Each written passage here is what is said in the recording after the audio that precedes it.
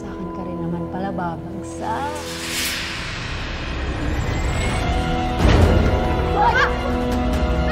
Tumigil ka nga! Bakit? Ano akala mo, ha? Diyan sa itsura mong yan, may magmamahal sa'yo?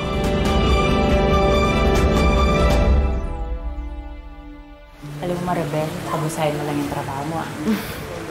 You know what? Alam ko, malayo pa yung mararating.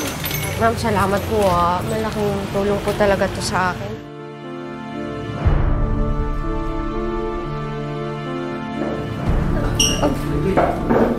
Kasama mo pala yung jowa ko. Yung boyfriend mo, nasaan? Mirabel, best friend ko, tapos jowa niya, si Boyet. Si David, boyfriend ko. Nice to meet you. Notorious ka nagagansya ng mga lalaki. Ginagamit niya ang ganda mo. Sama-sama. Yan na yung natitira kong savings. Pambili sana ng ticket pabalik ng US, pero... Di ba sabi mo gusto mo mag-business? Yes! Narututan ko ng aking afam! Give me my money back now! No! Wala na! Ano ba, David? Give me my money, Ruby! Pare! Sabi na, umalis ka rin! Hindi mo na ito teritoryo! Hoy! Akin na! Hoy! Mga siraulo kayo! Magtrabaho ka kayo na maayos! David! Ano ba nangyari sa'yo? So, listen to my mom. Nandito ako. Tulungan kita. Ibigay niyo sa akin ang pinakamagaling niyong hairstylist. Kailangan yung pinakamaganda ako, ah.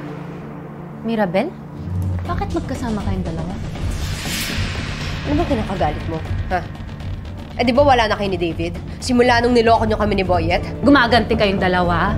Pwes, hindi effective. David naman. Ikaw, huwag ka magpilit. Kala ko ikinaganda mo yan, ha? Ang pangit-pangit mo! Kung nakita mo lang kung paano magharutan yung dalawa, ang sarap nilang tirisin ng nail cutter! David, Ma? I just want my son to be happy.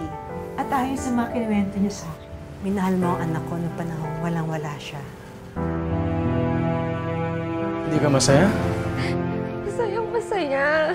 Pakiramdam ko kasi ito na yung simula ng pagbabago ng kapalaran ko. Hindi pwedeng masayangan si Mirabel at saka si David. Habang tayong dalawa miserable.